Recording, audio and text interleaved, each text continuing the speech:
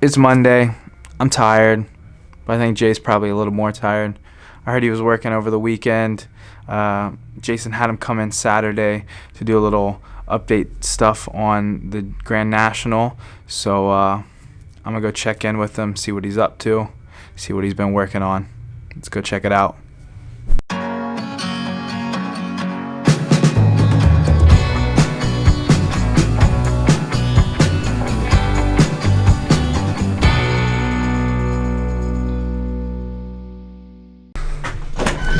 Let's go see what Jaybird's up to. Dalton's back. What up, boys? What's up, buddy? Stoked to see you back. What you out here doing?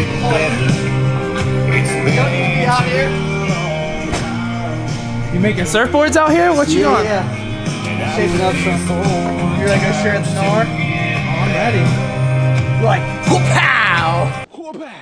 So what we're doing is Where's it gonna go? Yeah. we're gonna cut a hole here Yeah. for an air inlet, but the turbo sits over here. Okay. So we need to connect from there to over here, but there's also a fuel cell that sits here. So we've got to turn it. It's got to turn and go up into that. So that's where this guy's coming into play. See if I can get it up in here.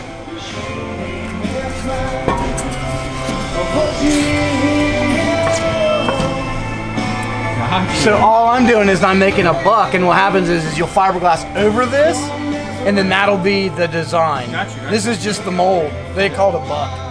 But So that thing's just gonna be there to catch air and suck it in for the turbo. catch air and force it this way Nice. into the turbo.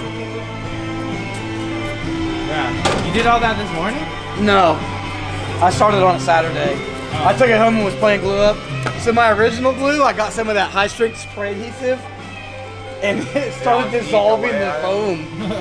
So, and then the liquid nails didn't dry. I did this Saturday, and it's still not dry.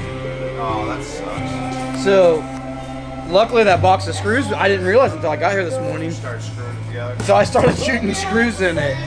So I'm gonna put some glue on it, and then I'll shoot screws in it. Oh yeah. If we do another one like this, I'll buy a block of foam, but I didn't have the opportunity to buy a big block. I had to go buy what I could get. At the Hobby Lobby, you know what I mean? No, that's Home Cheapo. Oh, that's insulation foam for like garage doors. And So stuff. you'll smooth all this out and Yep. make it perfect, and then we'll. It'll actually get it. I'll skim coat it with Bondo, and then you final sand it with Bondo, Yeah. so it's all smooth, and I'll flow it in real far out here on this guy, so it's all smooth. And I mean, there's nothing that Jaybird can't do, bud. I don't know about that. No, I believe it. He works with what he has, makes these crazy things. I know. It'd be so sick to show it when it's all done out of Yeah. carbon and stuff. Yeah, it's been like 20 years probably since I've shaped anything out of foam like that. Yeah. For the intention of doing fiberglass. I did a seat for my Harley I don't know, 6 years ago, 7 years ago. But it's not to the extent of like that. It's simple. Huh. Simple to do. I miss your production. What? We miss you. That's the main thing. It was just weird not having you for a week, bud. We're not being here for a I while. had my buddy to talk to. I know, I was a dude. mess, bro. Hey, what? Dude, Brian cried every day. I mean, every day. Crying takes a sad out of you. Yeah, we didn't have Dalton. I welded this up, and that was it. So normally Dalton can do 2 housings a week, and I got that done. I mean, I did other things also. We got that motor and stuff and that, all the firewalls done. So it was a good week. It's just when you have such an awesome team and one of them's not here, Really feel it. you can really feel it. Yeah. I need my team together, Lou. Somebody requested a time lapse I seen that was Rob from start to finish, and I started thinking, like, I've come out here and filmed you a couple times, but the process from start to finish, Yeah. how long is that? I think I've asked you that before, but now that somebody's asked for a video, really depends on the type of housing. Yeah. And like all of the options. If I'm just doing like a 4-link housing with regular 9-inch ends, I can knock that out a day and a half, 2 days. Yeah. Probably more close to a day and a half. This one is going to be our basic Mustang housing. This probably be about like 2 days. Yeah. Yeah. So there are different options on what like you can get attached to it other than 9-inch and 8-inch. Like Yeah. So this is our chromoly Mustang housing. So this is going to be like everything you see here, the 5/8 offset center section. I'll have to put the back brace on here still with the upper mounts. yeah. But short. And so I'll stuck here all night. I'll sit here like this, and they mount off the back brace. Got you. So I'll be able to have that back brace and all this welded out before lunch. After that, I'll start, like I said, on the uppers, and then I'll have to build my lower control arms, which go underneath at the bottom of the rear end, Yeah. down here. Yeah. And then after I do that, I'll put a bar, a tube across here, and then lay my coilover brackets on, and then tack that all up. And I'll end up coming out of this, and I'll go to that table and weld everything out. Put a center section in it, slide the bar through, weld the ends on. When you say it, it don't seem like there's a whole lot. No, that sounds like a whole lot. That sounds like a good amount of work. We got a lot of work to do. What's Brian doing?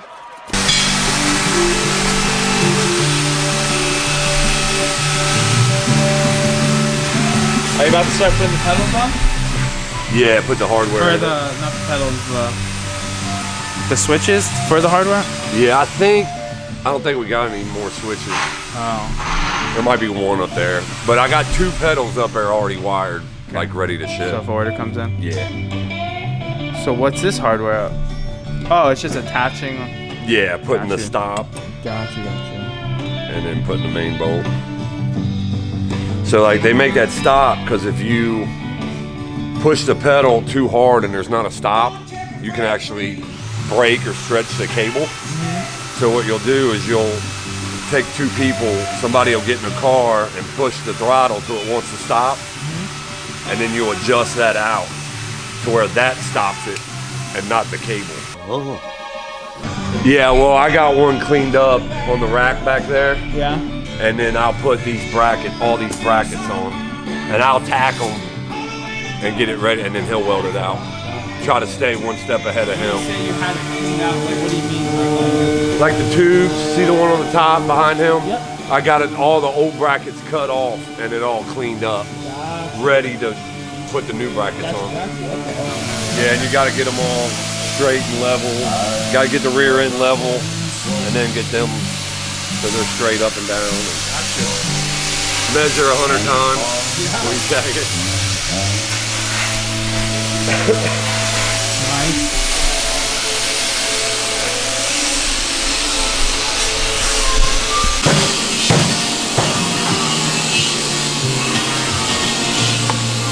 So, this is the 8.8. Yep. An 8.8 setup. Yep, this is a battle ready 8.8 that somebody shipped us for us to install our own battle ready 8.8 kit. So that's what I'm doing. So Brian got the housing cut down, prepped, ready to go, everything tacked on, and then tagged me in to blow everything out. He's good tagging. This housing's pretty narrow because it's set up for a 15 by 12 with 3 inches of back space. So it's got a pretty big wheel on it, so there's not a lot of tube left of it. Like, yeah, I mean, you can see some stuff you ship that's pretty small.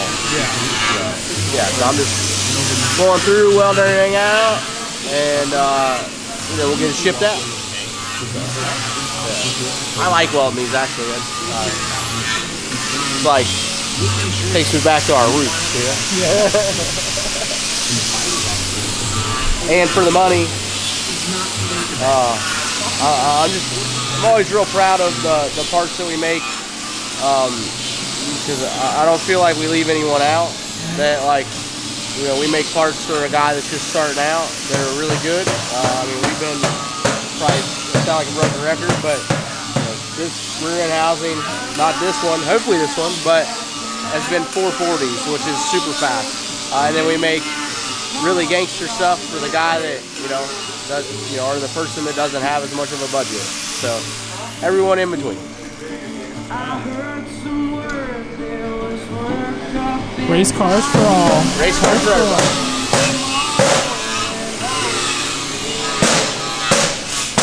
So it's often, and I'm noticing more and more, you've explained this to me. This is that, what's on the table. A lot of times people send their rear end housings already with like, we don't always build it just from scratch like that. Correct. We'll put our stuff, like what you're doing now, you're putting other things. Yeah, so like that is, you know, built from scratch, like you said. It's so they call that a fabricated 9-inch. So everything about it's fabricated. Yeah. And a 9-inch originally comes from Ford. Ford put 9 inches in their cars. Gotcha. Well, what happened was the drag racers figured out that they were really awesome, that they were really strong. So originally back in the day, what they would start out with would be a stamped housing out of like a truck or something. Okay. There's other things that came out of vans or whatever, but it was a stamped 9-inch housing. So it was that, but it was just out of a factory car. So then they would cut it down, kind of like what we still do today, make it fit under the vehicle, put their 4-link brackets on it and stuff. Like funny thing, like my dad's race car in super stock, they still have to start out with a stamped housing, so it has to be a factory housing. They cut it down, put their brackets on it, do all that stuff, and that's what they race with, which I don't know, I kind of think is cool. So then, obviously, what drag racers do, we go faster, we break stuff, we learn how to make it better. That's when you started to see the introduction of the fabricated 9 inches. So, you know, the sheet metal, like everything was bent, lasered, you know, and made this big, beautiful piece. That's what that is. This is, we call it, Ford calls it an 8/8, so it's a little different. So the 9-inch has a center section that actually gets loaded from this is the back of the housing. The 9-inch, you can see that's the actual back of a 9-inch housing. So the 9-inch actually gets loaded from the front with this center section. The reason that that's nice is you can take it out, set up the gears, all that stuff, and then put it back in the housing.